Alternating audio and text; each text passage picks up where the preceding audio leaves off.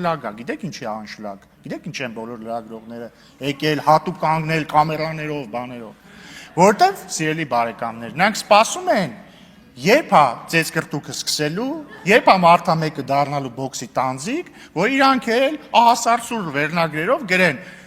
ազգային ժողովում նորից ծեծ կրտուկ է, նորից վիրավորում են իրար, ասեմ ավելին, այս սկզբի մի քանի օրը, երբ որ լրիվ հանգիստ իրավիճակ էր, նայում եմ մի քանի սիրելի լրատվամիջոց կա, ասենք երկու օքի իրար հետ հանգիստ խոսում են, գրածա սկանդալ ազգային ժողովում։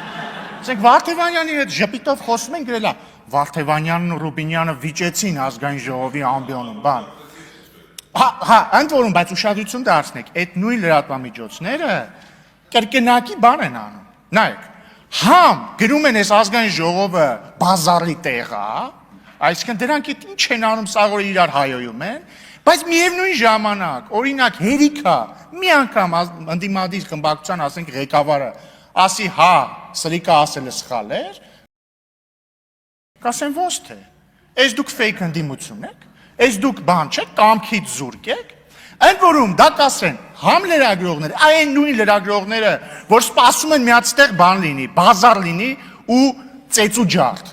Դա ասում են նաև այն մարգինալ քաղաքական ուժերը, որոնք չեն անցել ազգային ժողով։ Այդ թվում ասում եմ, այս դահլիճում ներկա մարգինալ որոշ քաղաքական ուժ։ Եվ հարգելի գործընկերներ,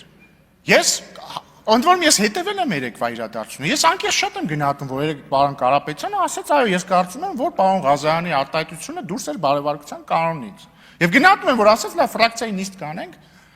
կհայտնենք մեր որոշման մասին, բայց դրանից հետո ես հետևել եմ լրագրողների, այդ մարգինալ քաղաքական ուժերի արձագանքներին, որ ասում են ոնց դուք ուզում եք բարեկրթության մեջ մնաք, ոնց կարելի է ասել, չէ լավ է արել, այսօր տեսան որ Facebook-յան էջում, որ եկեղեցիներ, բանի, մուղնի, բյուրականի եկեղեցու հոգևոր հայրը դրել է պարոն Ղազարյանի նկարը որպես հերոս, ասել է շնորհակալ եմ պարոն Ղազարյան։ Աբսուրդ, լիակատար աբսուրդ։ Բայց հարգելի գործընկերներ, ես իհարկե հասկանում եմ, ասում եմ բոլոր քաղաքական ուժերը ունեն ընտրողներ, որոնք նաև ըստ լրություն հարգելի գործընկերներ։ Պարոն Ալեքսանդր, խնդրում եմ վարեք նիստը։ Հարգելի գործընկերներ, բոլոր քաղաքական ուժերներ ունեն իրանց ընտրողների ցանկությունները, բնականաբար մեր ժողովրդի տարբեր հատվածներ չեն սիրում տարբեր քաղաքական ուժերի։ Այդ թվում քարոզարշավի ժամանակ էլ գագաթնակետին է դա հասնում, նորմալ է դա։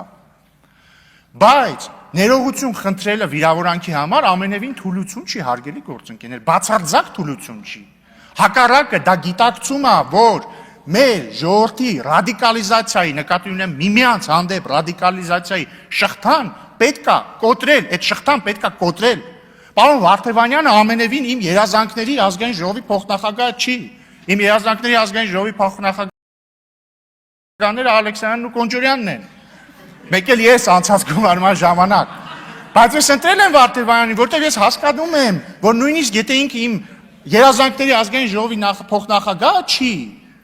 այդ տեղը տրված անդիմությանը ես չեմ ուզում զրոյական խաղ լինի սա։ Նույն կերպ ձեր հանձնաժողովի նախագահի թեկնածուներին ես ուզում եմ ուղիղ ասել, մենք չունենք որոշում, որ ավտոմատ չենք ընտրելու, մենք լսելու ենք եւ ըստ մեր տպավորությունների կկայացնենք որոշում։ Հիմա նույն ձև, ճիշտ անհամեմատելի բաներ եմ ասում, այստեղ մենք ընդհանրապես արժե փոխնախագահ ենք ընտրել, դուք մեզ վիրավորել եք։ Որևէ թուլություն չկա ասելու մեջ, Ժորժ ջան, կներեք։ Վերջ, այդքան բան, դա ձեզ չի դարձնում, չգիտեմ, կեղծ ընդդիմություն, դա ձեզ չի դարձնում բան, կամքից զուր քաղաքական ուժ, հակառակը դա ցույց է տալիս ձեր կամքը, որը ընդ որում եթե կա մի կամքի արտահայտում, որը մենք կարող ենք կիսել, դա ռադիկալիզացիայի շղթան կոտրելն է։ Մենք դի մարդկանց ցույց տանք, որ նորմալ չի իրար ատելը։ Պարոն Վարդևյանը խոսում է ատելությունից։ Պարոն Վարդևանյան, իրականում եթե կա մարդ ում ամենահեշտն է այստեղ ատել, դա այն սուբյեկտն է, որ այնտեղ նստած է։ Ինքը ասում եմ անձամբ ինձ, գիտեք ինչքան է վիրավորել այս տարիների ընթացքում։ Ինձ, իմ ընտանիքի անդամներին, իմ ծնողներին, իմ կնոջը, գիտեք ինչքան է վիրավորել։ Բայց կրկին ես գիտակցում եմ, որ սա իմ ու իր մասին չի, չէ։ Հա կարող է մի 10 տարի առաջ ես պաշտոնյա չլինեի, ավելի հակված լինեի այլ կերպ վարվել, բայց ես հասկանում եմ, որ լավ, դա իմ մասին չի, մենք պետք է, սա քուչա չի, Սա բազար չի, սա պատերազմ չի, ինքը ամեն դեպքում հայ է, գուցե դաստիարակության պակաս ունեցող հայ է, բայց ինքը հայ է, ես չեմ ուզում իրան ատեմ։ Ձեզ էլ բացարձակ չեմ ատում, ձեզնից ոչ մեկին ես չեմ ատում, մենք ձեզ չենք ատում։ Բայց մի արեք այնց, որ այս ամեն ինչը դառնա զրոյական խաղ։ Մենք ընդամենը ձեզ ցույց տվեցինք այս վերջին մի քանի ելույթներով։ Թե ինչպեսի տհաճ բան է, երբ որ մեկին անվանում են սրիկա։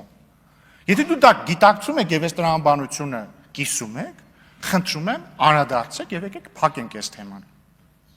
Որոշումը ձերն է։ Ինչ վերաբերում է տնտեսական ցուցանիշներին, հարգելի գործընկերներ, դե եկեք խոսենք թվերով։ 2018 թվականին մենք եղել ենք իշխանության եւ տարեկան միջինը ապահովել ենք, եթե չեմ սխալվում,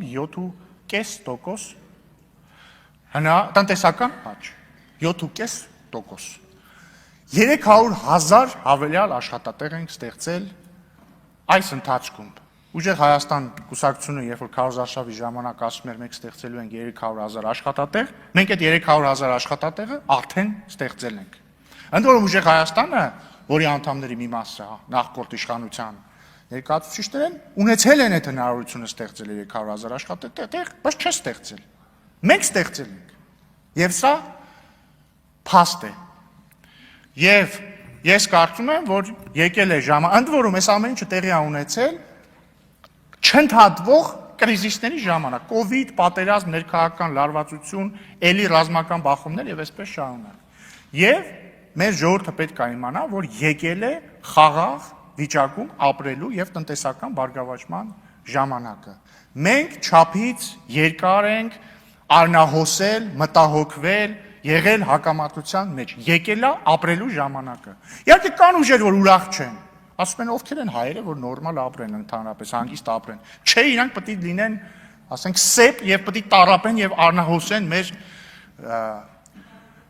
մեր աշխարհաքաղաքական ամբիցիաների համար։ Ու դրա համար էլ իրանք օրինակ որոշակի քայլերի են դիմում, որպեսզի մեր հարգարժան ընդդիմությունն էլ գա այդ քայլերից ելնող խնդիրները այստեղ բարձրաձայնի, որ խոսալու բան ունենա, բայց ես վստահ եմ, որ մեր ժողովուրդը ամեն ինչ շատ լավ գիտակցում է։ Այսքանը, հարգելի գործընկերներ, ես հուսով եմ, որ մեզ կհաջողվի մեր սահմանած բարեվարկության բարձր շեմի շրջանակներում հանգուցակ լուծել այս իրավիճակը, չնայած ցածր շեմի պայմաններում էլ կհանգուցալուծենք, բայց ավելի լավ է բարձր շեմի